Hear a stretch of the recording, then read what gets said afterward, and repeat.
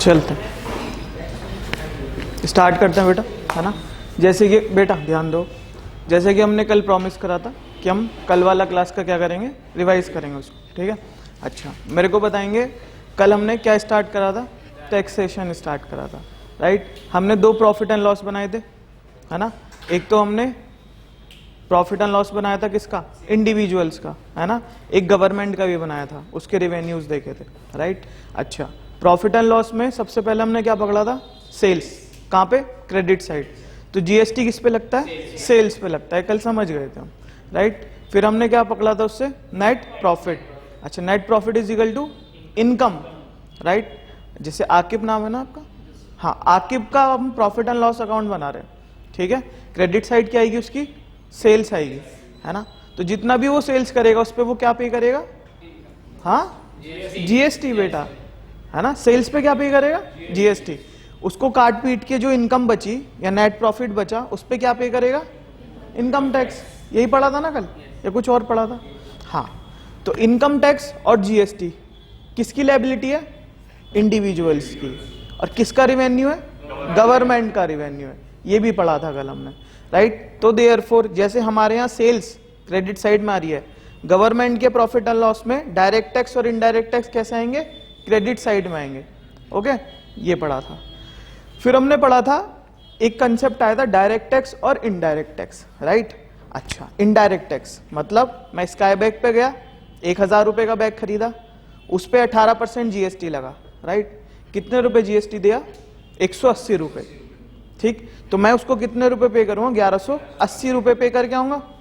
अच्छा, मेरे से कोई प्रॉब्लम सरकार को टैक्स कलेक्ट करने में, नहीं प्रॉब्लम नहीं है, बट जनसंख्या इज अ मेन प्रॉब्लम कि 140 करोड़ का डेटा नहीं रख सकते, राइट। बट वो 200 स्टोर का डेटा रख सकते हैं। देयरफॉर हमको क्या बोला गया लॉ में, हमको बोलते हैं, इंडिविजुअल नहीं बोलते, बताएंगे, रिसिपिएंट बोलते हैं। क्या बोलते हैं, रिसिपिएंट। आगे डिस्कस करेंगे रिसिपिएंट कौन होता है। सप्लायर आपको मालूम है, जो माल बेच रहा है वो सप्लायर है। तो देयरफॉर रिसिपिएंट से बर्डन किसको शिफ्ट कर दिया, सप्लायर को, है ना। Burden shifted to supplier. ये पढ़ा था हमने, किस में पढ़ा था, डायरेक्ट टैक्स में, इनडायरेक्ट टैक्स में। इनडायरेक्ट टैक्स में बर्डन किसको ट्रांसफर हो जाता है, सप्लायर को। अच्छा, सपोज आकिब की बैलेंस शीट बन रही है, प्रॉफिट एंड लॉस बनेगा, बनेगा ना। यू आर दी चार्टर्ड, अब प्रॉफिट एंड लॉस और बैलेंस शीट तो आपकी टिप्स पे है ना। आकिब की बैलेंस शीट बननी है, प्रॉफिट एंड लॉस अकाउंट बनेगा, बनेगा। नेट प्रॉफिट निकलेगा, साल में कितनी बार निकलेगा, एक बार निकलेगा, राइट। तो इसको पकड़ना आसान है, हाँ पकड़ना आसान है, राइट। तो देयरफॉर नेट प्रॉफिट पे कौन टैक्स दे रहा है, आकिब दे रहा है। किसको दे रहा है, डायरेक्टली किसको दे रहा है, गवर्नमेंट को दे रहा है, right. It is equal to direct tax. अच्छा, डायरेक्ट टैक्स में 2 बच्चे थे, किसी को याद आ रहा हो, इनडायरेक्ट टैक्स में 2 बच्चे थे, है ना।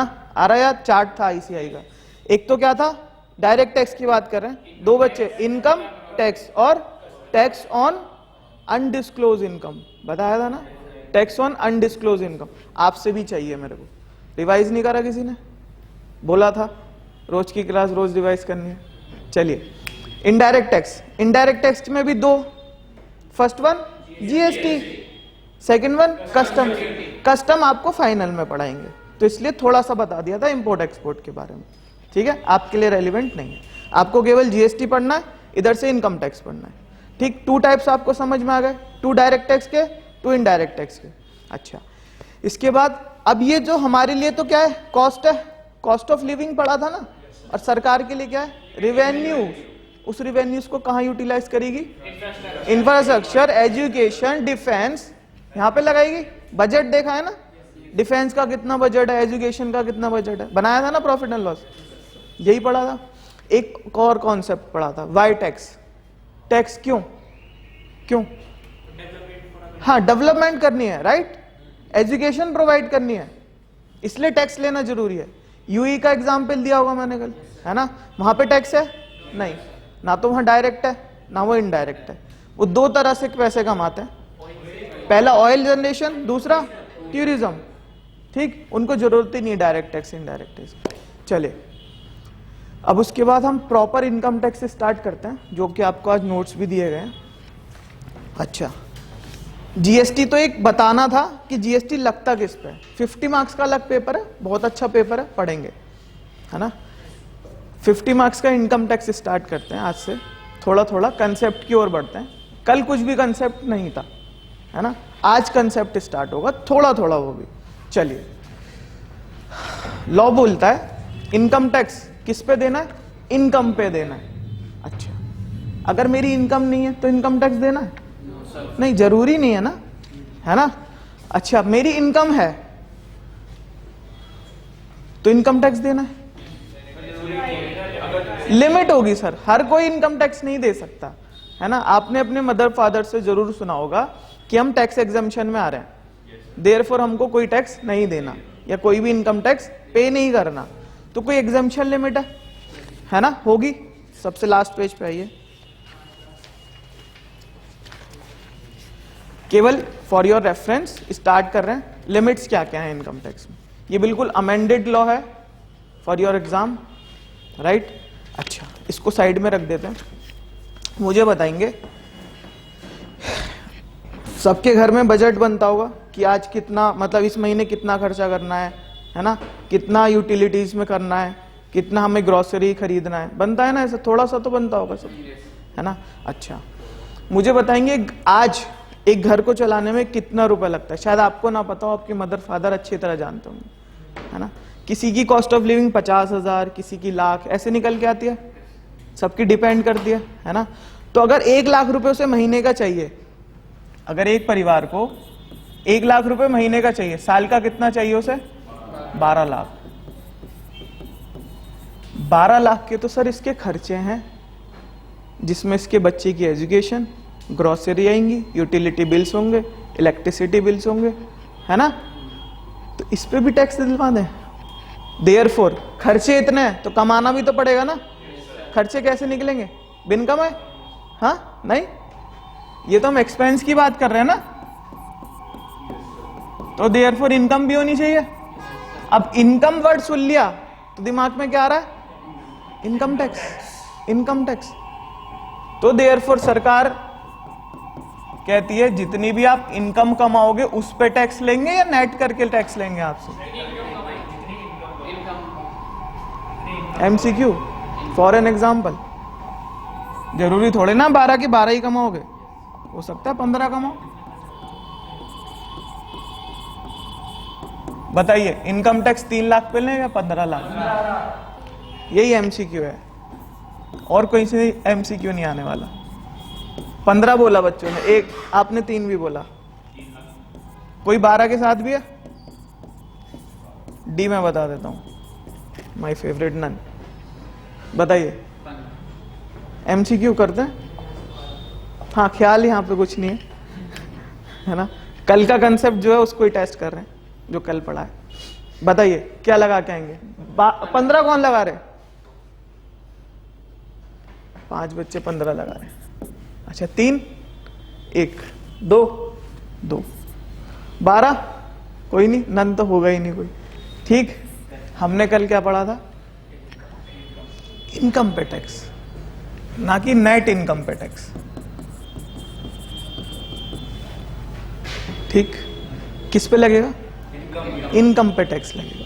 अच्छा, चलिए, आप सब समझदार हैं, सीए इंटर के बच्चे हैं, राइट। मुझे बताएंगे इनकम जनरेशन के क्या क्या सोर्स हो सकते हैं। मैं ये नहीं पूछ रहा, कोई टेक्निकल बताओ, कैसे इनकम जनरेट हो सकती है? हाँ, डिविडेंड, वेरी गुड, बहुत बढ़िया। बताइए, सैलरी, सैलरी बोला भाई, सैलरी बहुत अच्छी इनकम है। थर्ड वन, रेंट बोला, वेरी गुड। इंटरेस्ट बोला, प्रॉफिट, प्रॉफिट व्हाट बेटा? बिजनेस, कुछ बिजनेस करके प्रॉफिट जनरेट कर रहे हैं, कोई दिक्कत है ना? ठीक, प्रॉफिट बिजनेस के रेस्पेक्ट में बोल रहे हैं आप। और कुछ? क्या बेटा? हाँ, मुझे चाहिए आपसे इनपुट चाहिए, बोलिए। फीस, जैसे मैं सीए हूं तो मैं अपने क्लाइंट से फीस चार्ज करूंगा, तो मेरा तो बिजनेस हो गया ना। सेम बिजनेस ऑब्लिक इसको आप सर्विसेज बोल सकते हैं, है ना। अच्छा, और कुछ हो सकता है? सोचिए, क्या इतने ही सोर्स हैं? आप चार्टर्ड हैं, आप पे क्लाइंट ऐसे नहीं आएगा कि टैक्स ही बचा दो, कि सर ये प्रोजेक्ट डालना चलेगा कि नहीं, वायबिलिटी है कि नहीं, निकाल के दो। कैसे निकालोगे? ये थोड़ी ना बताओगे इनकम टैक्स पूछ ले मेरे से, नहीं। क्लाइंट रैंडमली सवाल पूछता है बैठ के सामने। और बताइए, बस खत्म। पूरे भारत में 4 तरह से पैसा कमाया जाता है। अरे लीगली बताइए, प्रॉपर्टी बेच के, रियल एस्टेट सेल्स करके, क्योंकि रेंट तो हमने ऑलरेडी लिख ही लिया है, रेंटल इनकम। सपोज जिस प्रॉपर्टी पे आज बैठे हो आप, कल को हम इसको बेचते हैं तो कुछ प्रॉफिट कमाएंगे, राइट? यहां पे इसको बोलते हैं कैपिटल गेन्स। समझाएंगे क्या है? अच्छा, चलिए, और कुछ निकल रहा है बता दीजिए। देखो, मैं कॉन्सेप्ट नहीं बना रहा, आप कॉन्सेप्ट बना रहे हो, मैं कंसेप्ट नहीं बना रहा। शेयर्स वगैरह डिविडेंड में आ गया और बेचने यहां पे आ जाएगा, ठीक है? डिविडेंड इनकम यहां पे आ गई, बेचना कैपिटल गेन्स। और कुछ मुझे अच्छा लग रहा है आप ऐसे बता रहे हो, नहीं? खत्म करें, चलिए। एक होती है एग्रीकल्चर इनकम, है ना? भारत में कितना एग्रीकल्चर है अब? 70% अप्रोक्सीमेटली। तो सबसे बड़ी इनकम तो आप भूल ही गए। उसको कहते हैं एग्जेम्प्ट इनकम।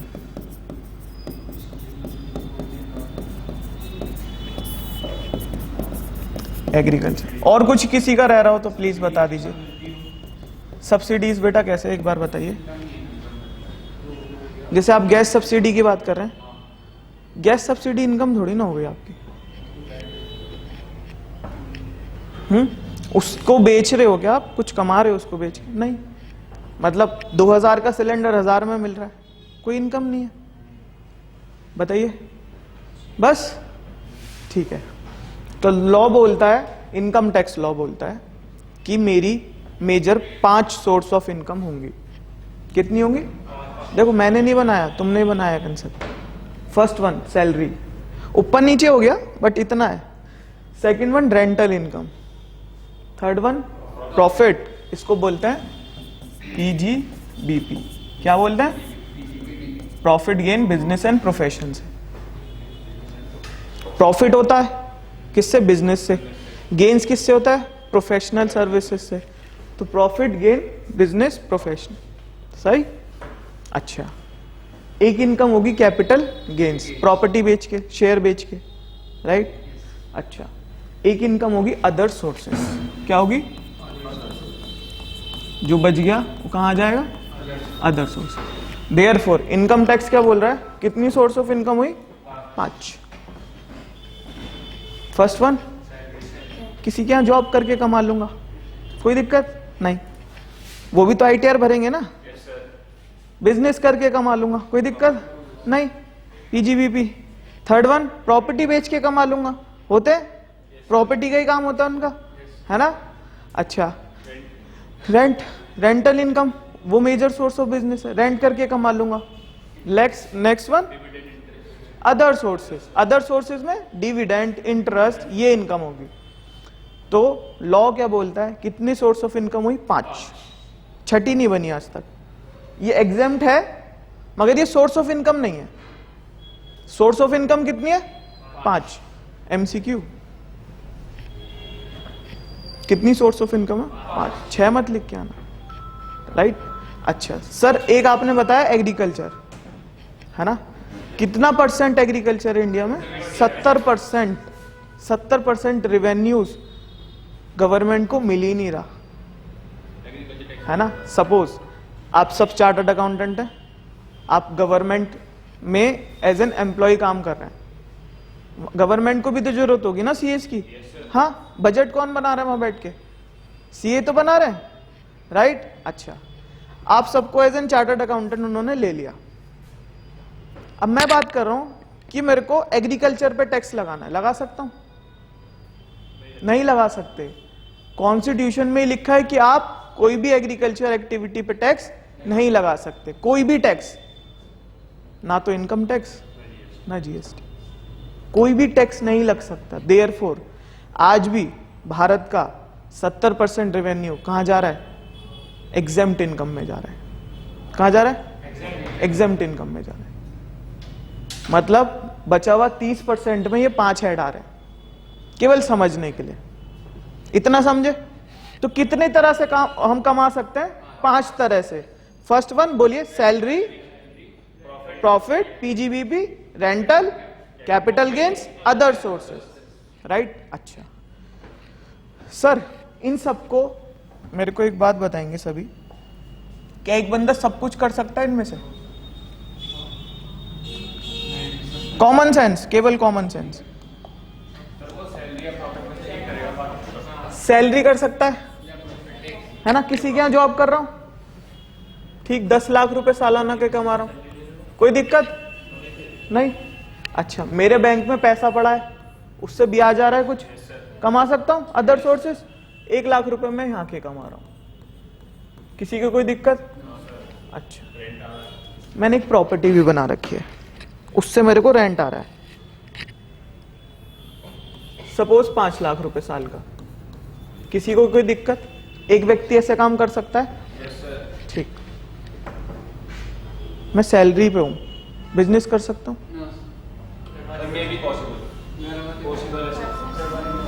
बोलिए।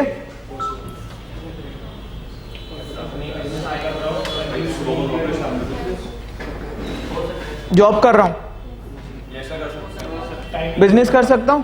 कर सकता हूं। आजकल तो ऑनलाइन प्लेटफॉर्म इतने है ना, सब इतना चल रहा है, ये तो सोचना ही बैरियर है कि मैं बिजनेस नहीं कर सकता।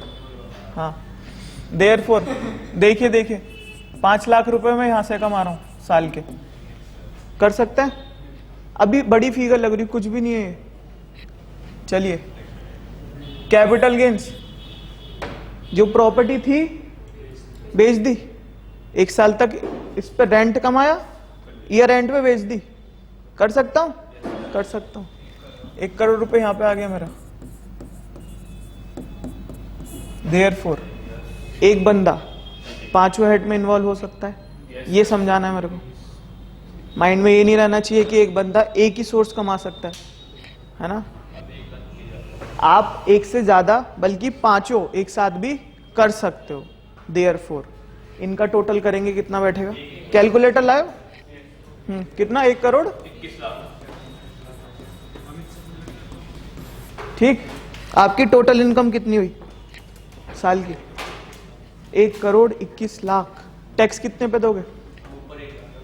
यही एमसीक्यू आना है, बताइए। मुझे टैक्स पे करना है, कितने पे करूं? 1 करोड़ 21। एमसीक्यू बी, हाँ बी, सब 1 करोड़ 21 के साथ हो? ठीक है, इस पे करेंगे फिर। तो देयरफॉर एक बंदा एक से ज्यादा सोर्स की इनकम कमा सकता है। तो देयरफॉर आईटीआर कितनी बार भरी जाती है साल में? आपने सुना होगा मदर फादर से, आईटीआर भरनी है, इस बार आईटीआर करनी है ना? GST returns every month, every month GST return every month, ITR once in a year. Okay, तो ये कैलकुलेशन कितनी बार करनी होगी आप लोगों को? साल में 1 बार, साल में 1 बार अपने क्लाइंट्स के लिए। टैक्स किस पे करेंगे? 1/21, इसको बोलते हैं यहाँ पे टोटल इनकम। ठीक है, टोटल इनकम पे टैक्स पे होता है। चलते हैं, जो कॉन्सेप्ट आपको दिखवाया था, सबसे लास्ट पेज पे आएंगे। टैक्स लायबिलिटी के बारे में बात कर रहे हैं। बेटा ध्यान दीजिए, लास्ट पेज पे आइए, यहाँ पे होना भी जरूरी है, बिन हुए समझ नहीं आएगा कुछ। टैक्स लायबिलिटी, मुझे बताएंगे टैक्स लायबिलिटी कितने पे बैठेगी यहाँ पे? 1 करोड़ 21 लाख पे सर, निकालते हैं। हाँ वही पता नहीं। चलिए, tax has to be computed by applying the rates of the tax mention in annual finance act. अच्छा, the rate specified under income tax act 1961 as the case may be. मतलब ये बोल रहा है टैक्स की परसेंटेज या तो finance act बताएगा या इनकम टैक्स एक्ट बताएगा। कल हमने पढ़ा था ना, income tax rules, income tax act different है। हाँ, एक बता देता हूं आपको। आपने फाउंडेशन क्लियर करा है ना, उसमें कंपनीज एक्ट 2013 था या कंपनीज लॉ 2013 था? एक्ट था ना, एक्ट। तो therefore there is an difference between act and law. Law includes act, बोलेंगे act, rules, notification, circular, case laws, और हमारे केस में फाइनेंस एक्ट। तो इनकम टैक्स एक्ट बोल रहा है जो रेट होंगे ना इनकम टैक्स के, वो या तो फाइनेंस एक्ट बताएगा या कौन बताएगा, इनकम टैक्स एक्ट बताएगा। देयरफॉर इनकम टैक्स लॉ में मैं ये बोल सकता हूं, इनकम टैक्स लॉ में रेट लिखे होंगे। कंफ्यूज हो गए? नोट्स बोल रहे हैं, कंसेप्ट बोल रहा है, जो रेट होगा ना, कितने % टैक्स लगेगा, ये या तो फाइनेंस एक्ट में लिखा होगा या इनकम टैक्स एक्ट में लिखा होगा। इन दोनों को जोड़ के क्या इनकम टैक्स लॉ बोल दूं मैं, ये पूछ रहा हूं मैं। हाँ बोल सकते हैं ना, क्योंकि इसका ही तो पार्ट है लॉ के। ठीक, अच्छा ठीक, मुझे बताएंगे एज एन चार्टर्ड अकाउंटेंट, क्या हम केवल इंडिविजुअल्स की रिटर्न भरते हैं? नहीं सर, सीपीटी में, वो फाउंडेशन में, हमारे जमाने में सीपीटी होता था।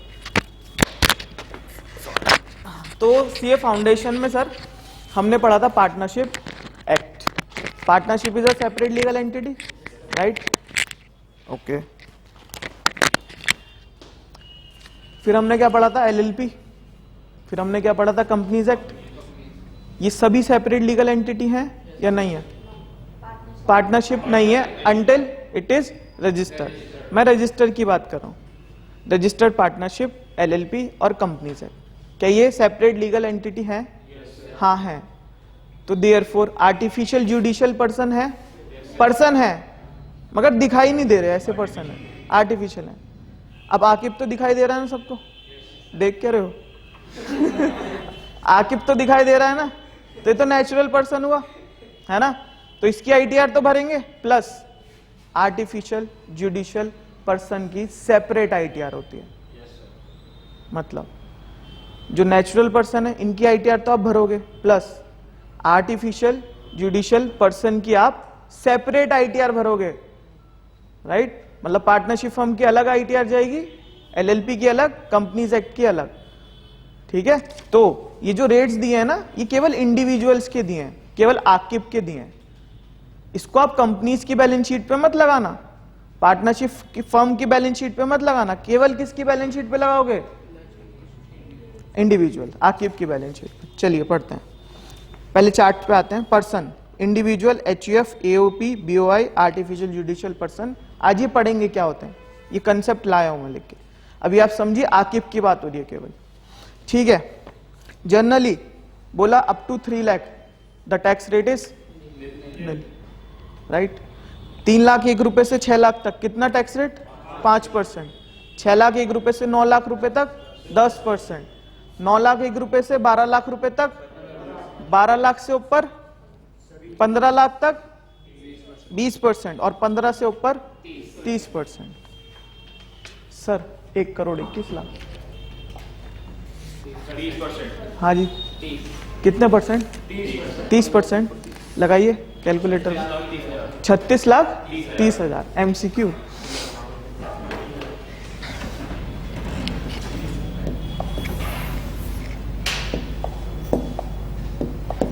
हाँ जी, कितना टैक्स? 36 लाख 30 हजार। अच्छा, कोई अपनी ओपिनियन देना चाहेगा? आंसर ये बिल्कुल नहीं है, मैं बता रहा हूँ। हाँ जी लगेगा, पहले नहीं लगता था, अब लगता है। अमेंडमेंट आ गई थी 2 साल पहले। सर ये इसके अकॉर्डिंग लगेगा ना? हाँ 5%, 10, 15, 20, हाँ। 15। तो आपकी ओपिनियन डिफरेंट है ना? ये बोलना चाह रहे हैं सर स्लैब दिए हुए है ना, स्लैब के अकॉर्डिंग लगना चाहिए ना। मतलब लॉ ने पावर दी है कि अप टू 3 लाख टैक्स कुछ नहीं। तो क्या जो 3 लाख के ब्रैकेट में आ रहे हैं उनको ही मिलेगी छूट, हमको नहीं मिलेगी? भाई जो राइट दिए हैं लॉ ने वो सबके लिए इक्वल होने चाहिए ना। फॉर एन एग्जाम्पल आपका नाम क्या है? कृतिका। कृतिका की एनुअल इनकम 2,50,000 रुपए है, इसको कोई टैक्स देना है? नहीं देना। आकिब की इनकम 1,21,00,000 है, तो इसको तो तुम 30% दिलवा रहे हो ना। तो वो जो अप टू 3 लाख का 0% टैक्स है, वो बेनिफिट आकिब को क्यों नहीं मिल रहा? Therefore income tax slab wise लगता है। कैसे लगता है?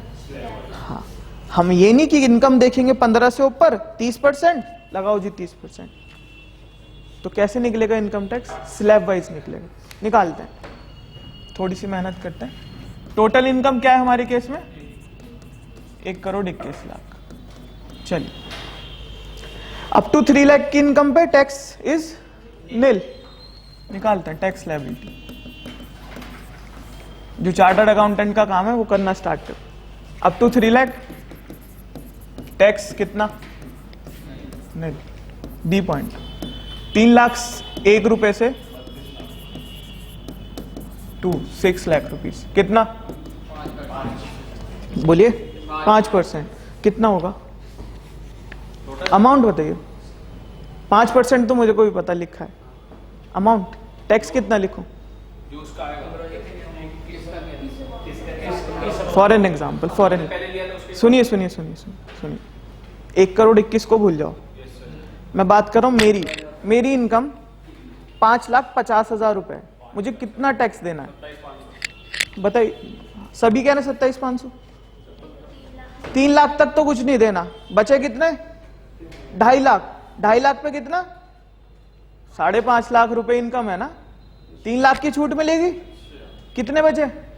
2.5 लाख। 2.5 लाख पे कितना? 5%। किस ब्रैकेट में आ रहा हूं? सेकंड वाले में। 12,500। कितने? 12,500। अच्छा, लॉ बोलता है 3 लाख पे टैक्स 0। 3,01,000 रुपए से 6 लाख रुपए तक tax 5%। Therefore 6 lakh minus 3 lakh difference 3 lakh. 3 lakh into 5% 15,000। कितना टैक्स इस ब्रैकेट के लिए? 15,000। समझ में आया या नहीं आया? नहीं आया। हाँ, मुझे पता है नहीं आया होगा, क्योंकि मुझे सबको लेके चलना है। ये समझ में आया फर्स्ट? देखिए, क्या फ्लैट 30% टैक्स है हमारे भारत में?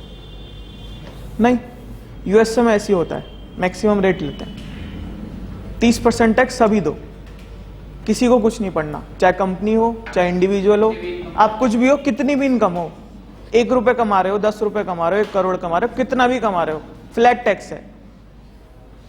इंडिया में चल जाएगा क्या? नहीं चल पाएगा।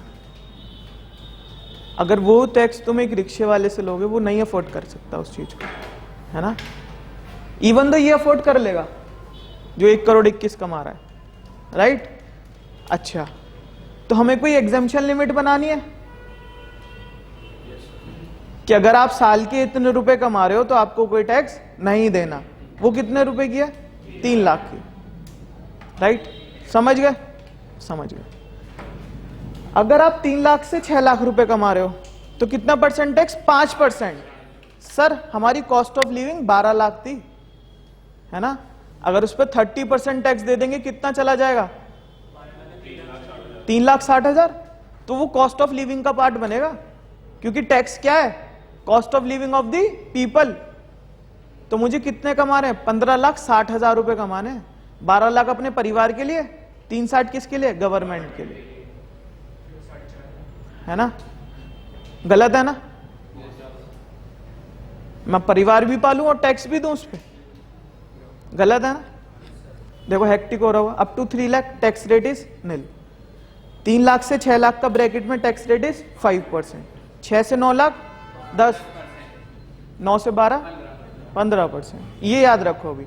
12 से 15 20%, 15 से ऊपर 30%। ये तो सबको याद हो गया। सिंपल सा ऐसे निकालते हैं। 3 लाख पे 0, हायर माइनस लोअर कितना? Into percentage. खत्म, कहानी खत्म, है ना। इसके बराबर में लिख लो 15,000, 5% के बराबर, सभी बच्चे। लिख लिया। चलिए अब यहां पे लोअर लिमिट कितनी होगी? 6,01,000 रुपए to 9 lakh. Higher minus lower कितना? 3 लाख इंटू परसेंटेज कितना आया? 30,000। लिख लो।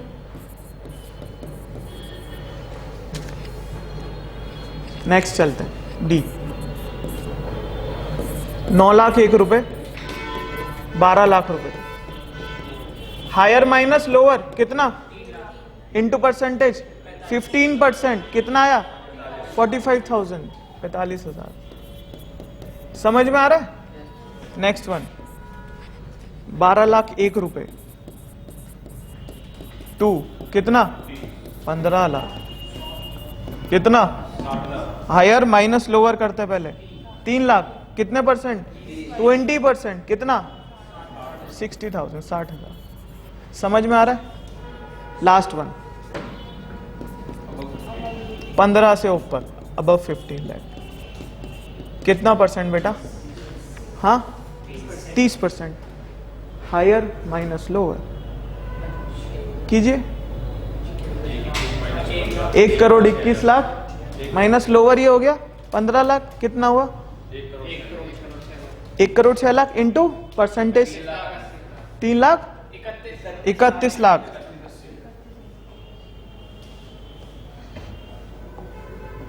$31,80,000 टोटल कीजिए टैक्स का। कितना टैक्स पे करना है इसको?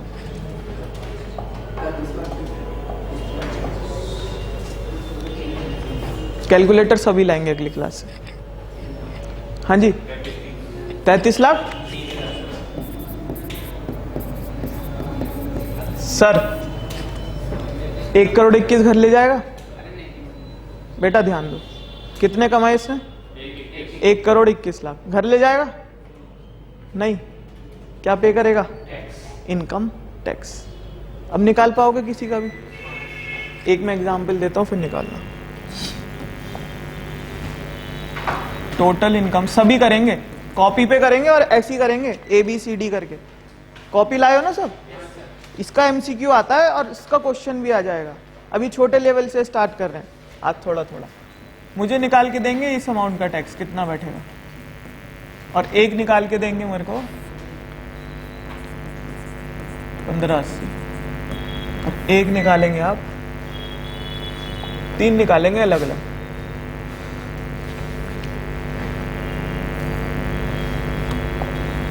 $8 लाख या बल्कि 9 कर लो, 9 लाख रुपए।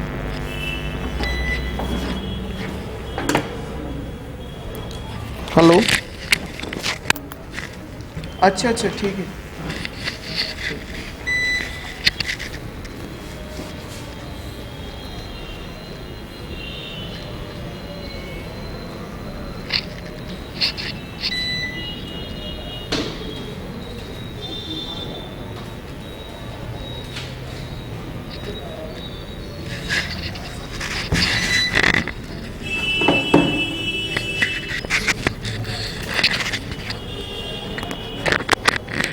फटाफट निकालेंगे सभी बच्चे।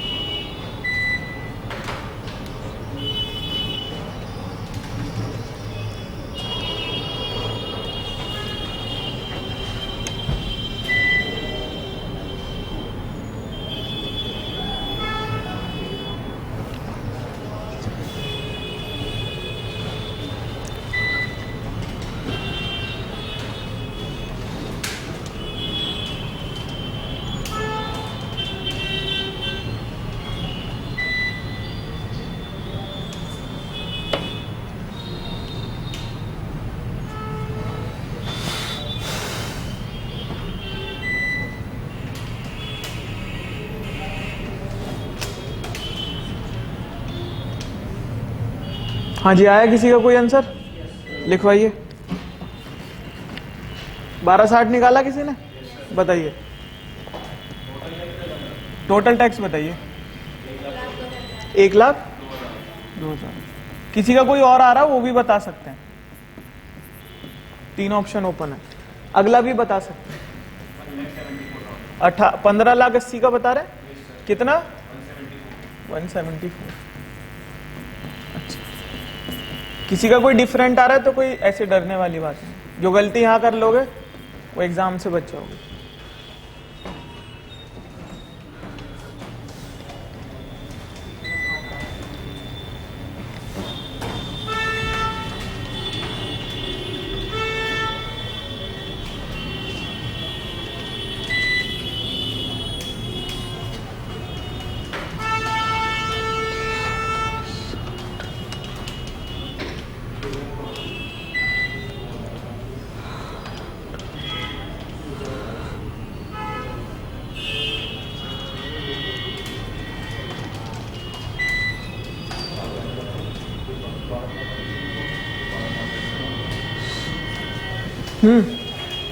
आया आंसर?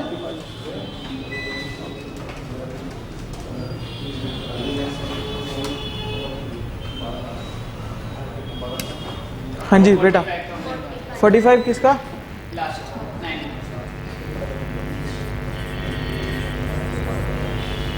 किसी का कोई डिफरेंट आ रहा है? सबके सेम आ रहे हैं? आपके भी सेम आए? हाँ मुझे लग रहा है। हाँ बताइए। ऐसा नहीं है कि सही हो सकता है, गलत भी हो सकता है। बताइए। कौन इस वाले का बोल रहे हैं? 160। ओके चलिए। और किसी का कोई आंसर? ऑप्शन खुल रहे हैं, बंद हो जाएगी लाइफ लाइन। हाँ नन ऑफ द ऑफ सारे। चलिए निकाल के देखते हैं 1260 का पहले। ठीक है, सब इधर ध्यान देंगे। अब 1260 कौन से ब्रैकेट में आएगा? 12 से 15 के बीच में। अच्छा, उससे पहले अमाउंट लिखवाई होगी मैंने, जोड़ते हैं उसे। पहला 15, 30, कितना हुआ? 90,000। अब नेक्स्ट हमारा क्या है जो स्लैब में आ रहा है? कितना बचा? हायर कितना है? लोअर? अरे हायर 1260, लोअर 12। कितना डिफरेंस? क्या परसेंटेज लगाऊंगा? 20 ना, 30 नहीं, 20। 60,000 इंटू 20%, 12,000। तो 90 प्लस 12।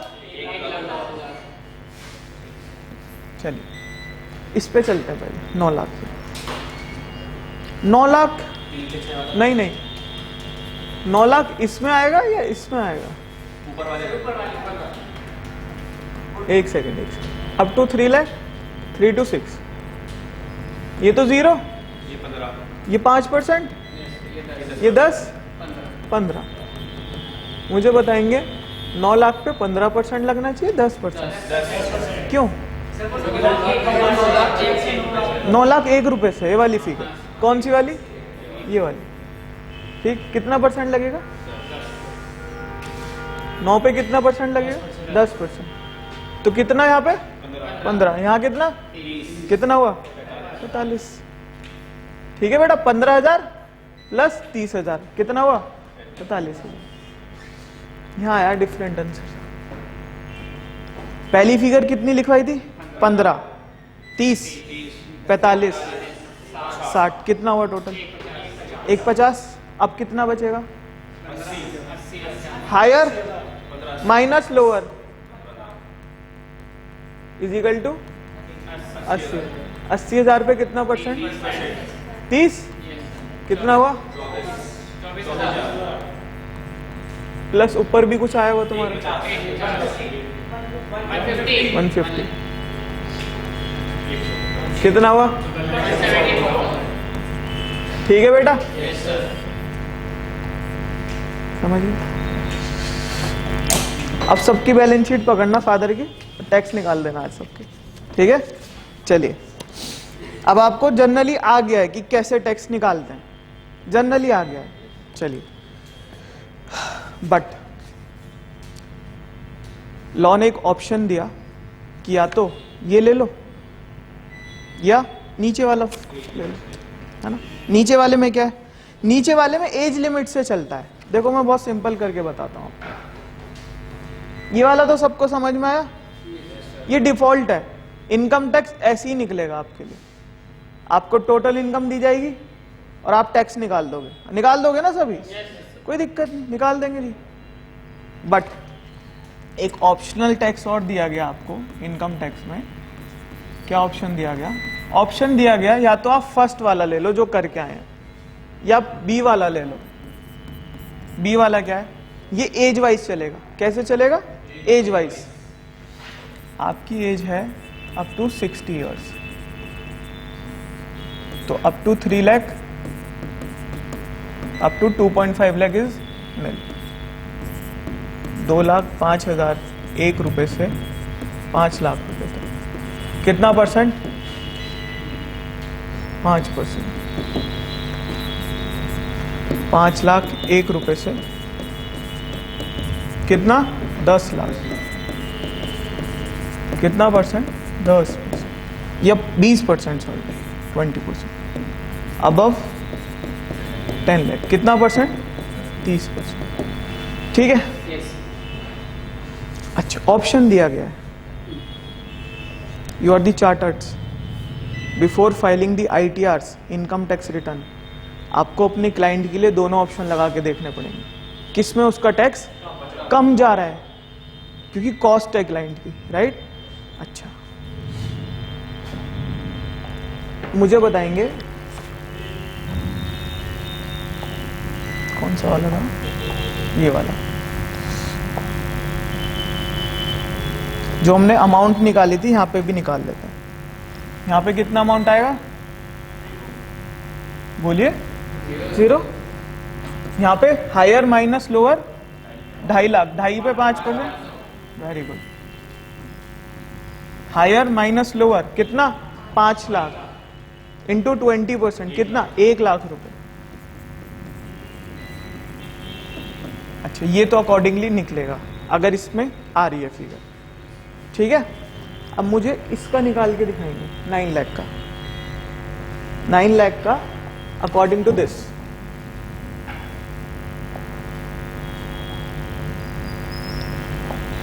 मेरी टोटल इनकम आ रही है 9 लाख। बताइए कितना टैक्स देना under optional scheme? Optional scheme है ना, कितना टैक्स देना है? 90 to 500। सबने निकाल लिया? Yes, sir। कैसे निकाला देखते हैं। सबसे पहले अप टू 2.5 लाख टैक्स 0। 2.5 समझ रहे हैं क्या लिख रहे हैं? 2.5 टू 5 लाख कितना? 12,500।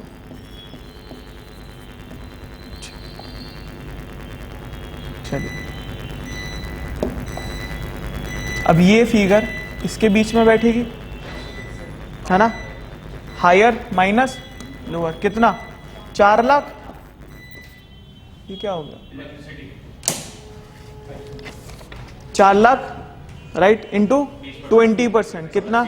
80,000। कितना हुआ? 80,000 प्लस 12,500 92,500। ठीक है।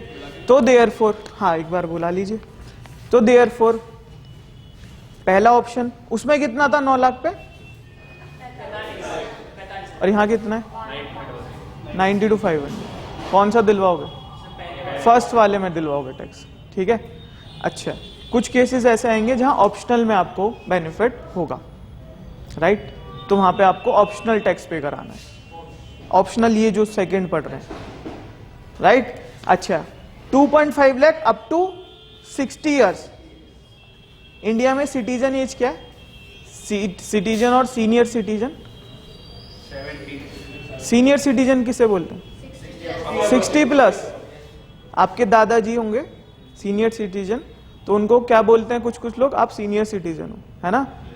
अच्छा, super senior citizen 80 plus, right. तो 60 plus senior citizen, super senior citizen 80 plus. तो सीनियर सिटीजन्स को, मतलब जो 60 प्लस हैं, उनको एक बेनिफिट दिया गया 2.5 की जगह कितना करा उनका limit? 3 lakh. Super senior citizen के लिए 5 लाख। ठीक है, जो 2.5 था, बस इतना चेंज है। ठीक, चलिए टैक्स रेट आप समझ गए। अब क्या करना, जो आपने अकाउंट्स में नेट प्रॉफिट बनाए होंगे ना, जो नेट प्रॉफिट निकला होगा उसके टैक्स निकाल के देखना। तो एक प्रैक्टिकली अप्रोच आएगी कि कैसे टैक्स निकालते हैं, और ऐसे ही निकालते हैं। राइट, हम लोग क्या करते हैं, पहले तो बैलेंस शीट बनाते हैं, अकाउंटिंग करते हैं, बैलेंस शीट बनती है, उससे बैलेंस शीट को सेट करते हैं। अकाउंटिंग स्टैंडर्ड स्टार्ट हो गए आपके? 13 हुआ है, इन्वेस्टमेंट्स है ना। हाँ, तो ऐसे अकाउंटिंग स्टैंडर्ड के बेसिस पे हमें बैलेंस शीट बनानी होती है सीएस को, और वो बैलेंस शीट बनने के बाद नेट प्रॉफिट निकलता है। फिर हमें उस पर क्या कैलकुलेट करना होता है? Income tax. सेल्स पे हमें क्या कैलकुलेट करना होता है? अब आप बोलोगे सर सेल्स और इनकम तो ये तो अकाउंट्स का पार्ट है ना, बट चार्टर्ड अकाउंटेंसी कोर्स में कोई भी सेपरेट चीज नहीं है, आपको कोरिलेट करके ही पढ़ना पड़ेगा। 5 मिनट से रीस्टार्ट करते हैं। पेज नंबर 1 पे आएंगे स्टार्टिंग में। ठीक, डेफिनेशन है assessee. Right, assessee section 2 subsection 7। एक बात और बता देता हूं, हर लॉ में सेक्शन 1 क्या बताएगा? Short title, extent, applicability. क्या बोला? Short title, extent, applicability. Short title means income tax act को मैं आईटी एक्ट लिख देता हूं ना कभी, वो शॉर्ट टाइटल, इसको शॉर्ट टाइटल बोलते हैं। एक्सटेंट, कहां तक लगेगा? पूरे विदेश, सब पूरी दुनिया में लग जाएगा इनकम टैक्स? केवल इंडिया में लगेगा, लैंड्स ऑफ इंडिया ये लिखा होगा, कहां तक लगेगा। नेक्स्ट वन, एप्लीकेबल, कब से लागू हुआ? 1 अप्रैल 1961, 1960, यहां से लगेगा, ये लिखा होगा। सभी एक्ट में ये 3 चीज कॉमन होंगी, सभी। तुम पार्टनरशिप पढ़ के आए हो, तुम कंपनीज एक्ट पढ़ के आए हो, कुछ भी पढ़ रहे हो, तुम जीएसटी पढ़ोगे, तुम इनकम टैक्स पढ़ रहे हो। सेकंड, सेक्शन सेकंड जो होगा उसमें डेफिनेशंस होंगी। क्या होंगी? तो यहाँ पे डेफिनेशन पढ़ रहे हैं, इंपॉर्टेंट डेफिनेशन जो आपके लिए रेलिवेंट है। याद नहीं रखनी, समझना है, क्योंकि याद रखने के लिए बहुत कोर्स है अभी इनकम टैक्स में। चलिए, assessee section 2 subsection 7। Assessee means, एक बात और क्लियर कर देता हूं, मैं सीए फाउंडेशन में लॉ भी पढ़ाता हूं। एक वर्ड होता है मींस, एक वर्ड होता है includes. There is a difference between that और देयर इज नो डिफरेंस। मैं बोल रहा हूं सिंपली, सब यहां पे ध्यान देंगे। एक वर्ड होता है मींस, यहां लिखा होता है असेसी मींस, लिखा है। एक लिखा होता है असेसी इंक्लूड्स। डिफरेंट है या नहीं है? एग्जॉस्टिव मींस क्या हुआ? यही है असेसी, इसके बिना कुछ नहीं होगा।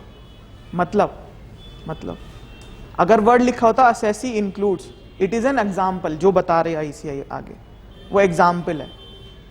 अगर लिखा है वर्ड मींस, तो यही असेसी है, कुछ और होगा ही नहीं होगा आगे। तो हम पढ़ रहे हैं असेसी मींस अ पर्सन। कौन है असेसी? एक पर्सन है। नेक्स्ट डेफिनेशन, पर्सन को रिलेट करके पढ़ते हैं हम।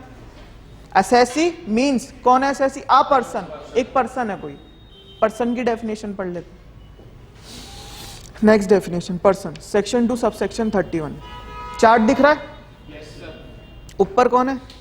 इंडिविजुअल। लिख लो आकिब, याद रहेगा सबको। Aqib, human being, whether it is male whether it is female.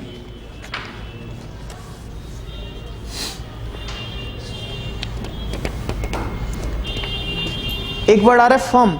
सुना सुना है, सुना सुना है, सुना सुना है, अभी पढ़ के आए फाउंडेशन में। पार्टनरशिप फर्म, इधर नीचे होगा साइड में, देखो लिख लो पार्टनरशिप फर्म। इंक्लूड्स एलएलपी, ये लिख लेना, अभी बताऊंगा क्यों। पार्टनरशिप फर्म इंक्लूड्स एलएलपी, लिख लीजिए। उसको यहां डिनोट किया गया है फर्म के नेम से। मतलब पार्टनरशिप फर्म हो या एलएलपी हो, लॉ में उसे क्या बोलेंगे? फर्म। ठीक, एक वर्ड होगा कंपनी। कंपनीज एक्ट में कंपनीज बहुत सारी पढ़ी हैं। Company limited by guarantee, company limited by share, government company, public financial institution, holding company, subsidy company, public, private, listed, unlisted, सभी सभी यहां पे आएंगे। लिख लीजिए कंपनी। चलते हैं, पहले इतना समझते हैं individuals. Next definition, first point individual. सबको दिख गया कहां लिखा है? हाँ, द टर्म इंडिविजुअल मीन्स, दोबारा से आया, मीन्स एग्जॉस्टिव, यही है। The term individual means only a natural person. एक बहुत और कठिन वर्ड आ गया, ओनली। जहां भी वर्ड ओनली आ जाए लॉ में, भगवान भी चाह के इस चीज को नहीं पलट सकते। ठीक, एक तो मीन्स आ ही गया, एग्जॉस्टिव है ही, इसके बिना कुछ होगा ही नहीं, प्लस ओनली लिख दिया, तो अब तो भगवान भी नहीं पलट सकते इसको। तो individual means only a natural person, whether it is male और फीमेल। चलिए, ह्यूमन बीइंग कहते हैं इसको। Next point, it is include both mails and females. It also includes a minor. एक पढ़ा होगा आपने, बेनिफिशियरी इंटरेस्ट पढ़ा होगा कुछ, है ना, उससे रिलेटेड ही है। इट इंक्लूड्स, यहां पे इंक्लूड्स आ गया, इट इज एन एग्जाम्पल। अब ये क्या बोल रहा है? तो मार्क द वर्ड इंक्लूड्स और लिखिए एग्जाम्पल की बात कर रहा है, इसलिए ये डेफिनेशन का पार्ट नहीं है। चलिए, फर्स्ट पॉइंट में भी इंक्लूड्स आया था, सॉरी मैंने मिस करा, फर्स्ट पॉइंट में भी इंक्लूड्स था ना, तो वहां पे भी आईसीआई क्या बात कर रहा है? एग्जाम्पल। अगर first point pointer, it includes both male and female, includes, definitely yes यार, ह्यूमन बीइंग मेल और फीमेल, एग्जाम्पल ही बोल रहा है इसलिए लिखिए includes example. Second point, it also includes a minor और a person of unsound mind. तो इंडिविजुअल में हमने पढ़ा मेल आएंगे, फीमेल आएंगे, माइनर आएगा और क्या आएगा? Unsound mind. लिख लीजिए, ये इंडिविजुअल लिखा है, इसमें एरो लगाइए, 4 पर्सन्स के नेम लिखिए जो अभी पढ़े, male comma female comma minor comma unsound mind. ये इसलिए लिखवा रहे हैं, जब नोट्स को ऐसे भी देख लोगे ना तो समझ में आ जाएगा, नीचे का नहीं पढ़ना। ये 4 पर्सन है इसमें। अच्छा, it also includes a minor और a person of unsound mind, but the assessment in such a case may be made on guardians और मैनेजर ऑफ माइनर। क्या बोल रहा है लॉ? माइनर को क्या पार्टनर बना लेते थे पार्टनरशिप में? पार्टनर की डेफिनेशन पढ़ी होगी, बना लेते थे। मैं ये पूछ रहा हूं, ओनली फॉर द प्रॉफिट उसको देते थे, बट पार्टनर नहीं बनाते थे, राइट? पार्टनर नहीं बनाया कभी भी। तो यहां पे भी बोला इंडिविजुअल मानेंगे, असेसमेंट करेंगे, किस पे करेंगे? माइनर पे। सपोज माइनर की एज क्या है इंडिया में? 18 है तो माइनर है? नहीं, मेजर बन गया है ना। 17 साल है तो माइनर है सर। तो अगर सो फॉर एन एग्जाम्पल, आजकल टीवी पे शोज आते हैं, वो डांस इंडिया डांस करके जो भी है, उसमें छोटे छोटे बच्चे नाचते हैं, उनको पैसे मिलते हैं। हाँ मिलते होंगे, जब भी तो नाच रहे हैं, फॉर एग्जाम्पल मिलते हैं, है ना। अब उनको कैसे असेसमेंट करें? उनको 10 लाख रुपए मिले, उन्होंने 10 शो करे, 10 लाख रुपए मिले, छोड़ दे गवर्नमेंट उनका टैक्स? अभी तो स्लैब पड़े थे, अभी तो स्लैब पड़े थे। माइनर्स के पेरेंट्स लायबल होंगे। ये कौन बोल रहा है?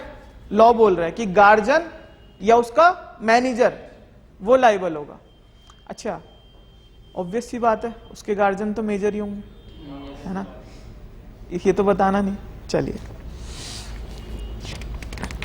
Next point, in case of deceased person assessment would be made on legal representative. Word 2 आ गए, डिसीज पर्सन और लीगल रिप्रेजेंटेटिव। समझते हैं, वन बाय वन समझते हैं। सपोज एक व्यक्ति है एक्स, मिस्टर एक्स, 62 साल के थे, डेथ हो गई। 62 साल के थे तो सीनियर सिटीजन होंगे, राइट? डेथ हो गई उनकी। अच्छा, क्या जरूरी है 1 अप्रैल या 31 मार्च को ही डेथ हो? नहीं।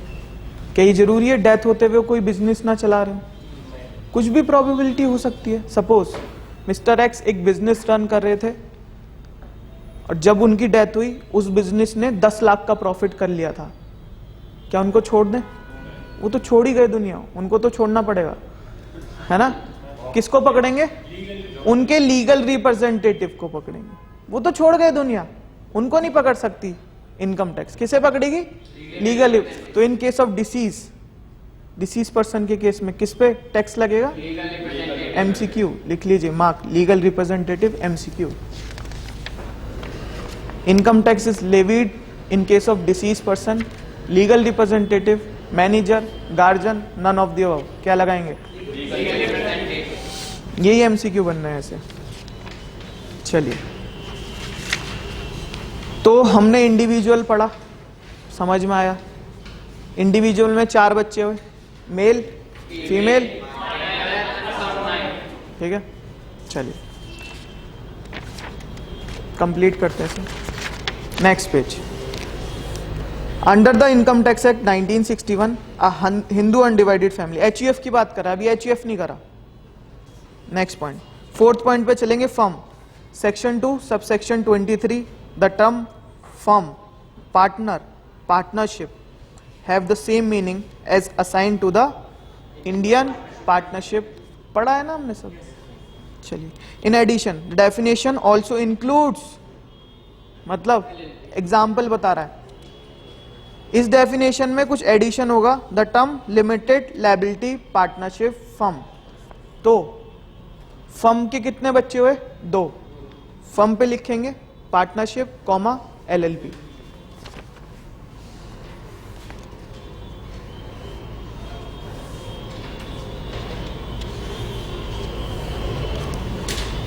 चलिए, in addition the definition also includes, मतलब एग्जाम्पल बता रहा है, the term limited liability partnership, जिसको हम एलएलपी के नाम से भी जानते हैं, and a partner of limited liability partnership, they have been defined in the limited liability partnership act 2000। चलिए next point. However, the income tax purposes minor admitted to the benefit of an existing partnership, सही बोल रहे, would be treated as partner। Income tax में वो क्या treat किया जाएगा? Partner. Even though partnership act में उसको क्या मिलेंगे? बेनिफिट्स ऑफ प्रॉफिट्स मिलेंगे। कुछ कमाएगा, प्रॉफिट्स मिलेंगे, तो कुछ इनकम होगी ना उसकी, तो टैक्स लेना उससे, हाँ लें। तो देयरफॉर माइनर को यहाँ क्या माना जाएगा? एज एन पार्टनर माना जाएगा, ठीक है, इनकम टैक्स में। पार्टनरशिप एक्ट में नहीं, इनकम टैक्स में। चलिए, फर्म, फर्म के 2 बच्चे, एक तो इनकम टैक्स एक्ट और एक एलएलपी।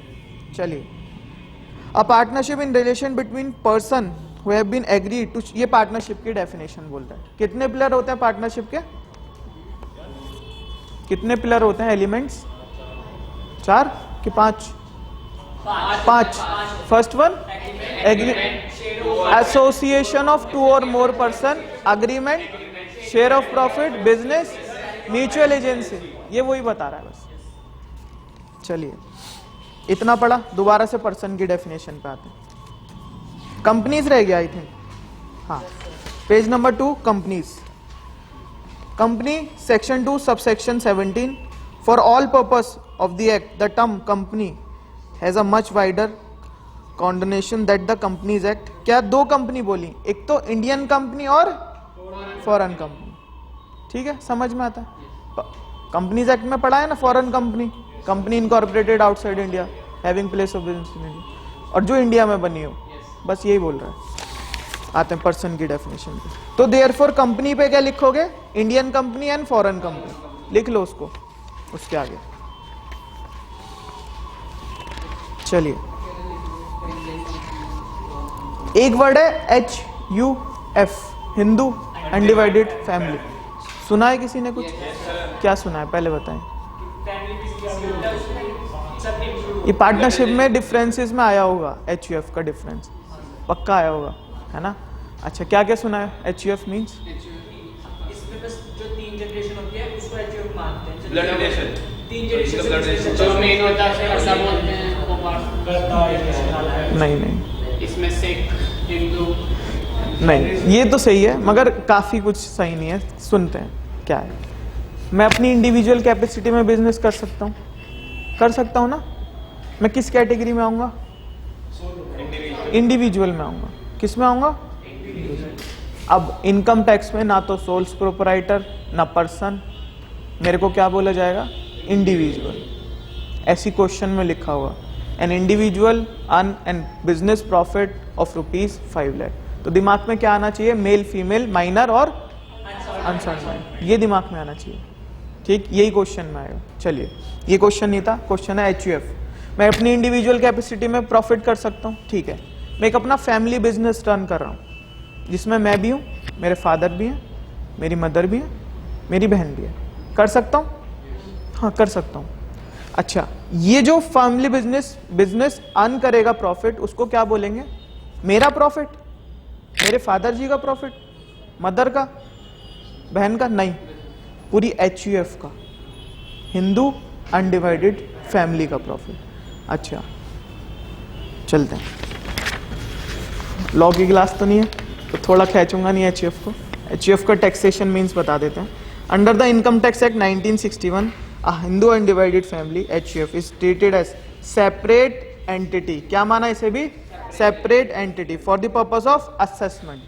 कहीं भी HUF एक्ट में पढ़ोगे ना, ये हिंदू लॉ का पार्ट होता है। आपने पढ़ा होगा, हिंदू लॉ का पार्ट होता है। हिंदू लॉ को जब पढ़ोगे ना, तो वहां कई वर्ड नहीं है separate legal entity, but for the purpose of taxation HUF is an separate legal entity. It is included the definition of term person under section 2 subsection 31.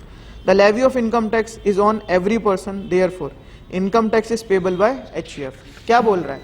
वो जो 10 लाख रुपए मेरी फैमिली बिजनेस ने कमाया ना, हो सकता है 2.5 लाख सबके हिस्से में आ रहा हूँ, हो सकता है चारों के हिस्से में 2.5 लाख रुपए आ रहा हूँ, तो 2.5 लाख रुपए आएगा तो मैं अपनी इंडिविजुअल ITR भरूंगा, है ना।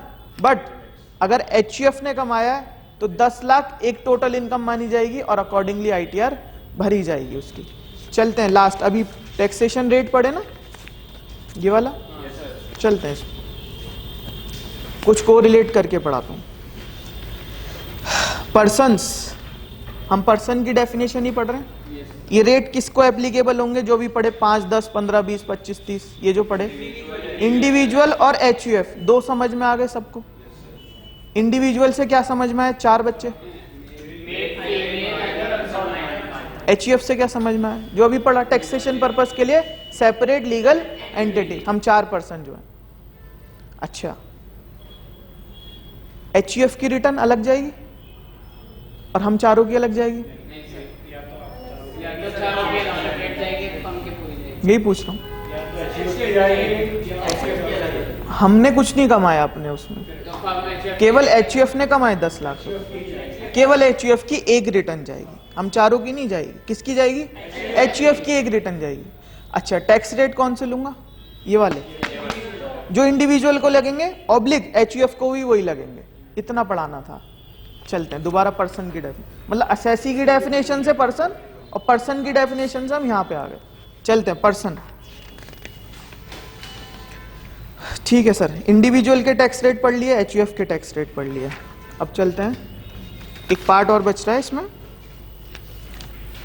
Hindu undivided family has not been defined under income tax act. कहीं भी इनकम टैक्स एक्ट में हिंदू अनडिवाइडेड फैमिली के नाम से कुछ भी नहीं है, इसलिए यहाँ पे सेक्शन 2 भी नहीं लिखा होगा इसके आगे ICI ने, क्योंकि कुछ है ही नहीं। ये बस बता रहे हैं आप लोगों को समझने के लिए। The expression is however. अच्छा, एक बात और बता देता हूँ, लॉ में क्या होता है, 2 कॉमा से जुड़े होता है कुछ कुछ क्लॉज। जैसे हाउएवर से पहले एक कॉमा है, हाउएवर के बाद एक कॉमा है, तो लॉ को ऐसे पढ़ा जाता है, फर्स्ट कॉमे से सेकंड कॉमे को छोड़ देते हैं उसके बीच का। जैसे मैं पढ़ के बताता हूँ कैसे पढ़ते हैं लॉ, ऐसे ही पढ़ते हैं लॉ।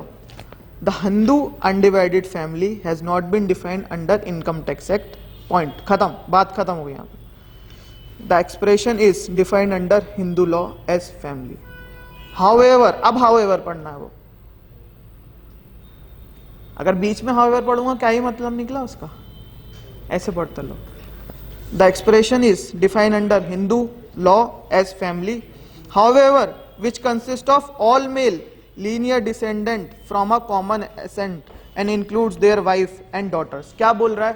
केवल ये बोल रहा है सभी तो मेल आएंगे, सभी आएंगे, मतलब ऐसा कुछ नहीं कोई छूटेगा, सभी मेल। मतलब मैं, अगर मैं अपनी एक HUF बना रहा हूं तो उसमें कौन कौन आएगा? मैं आऊंगा, मेरी वाइफ आएगी, मेरे बच्चे आएंगे, ठीक है, बच्चे भी आएंगे, बच्चे भी आएंगे। मेरे फादर साहब की HUF में कौन कौन आएगा? मेरे फादर साहब आएंगे पहले, तो मेरी मदर आएंगी, मैं आऊंगा और मेरी सिस्टर आएंगी। समझ में आ गया? यही बोल रहा है लो। अगर मैं हाउएवर वहां पढ़ता तो कोई मीन निकलता नहीं। ठीक है, खत्म, HUF खत्म। इतना ही पार्ट आपके लिए रेलिवेंट है।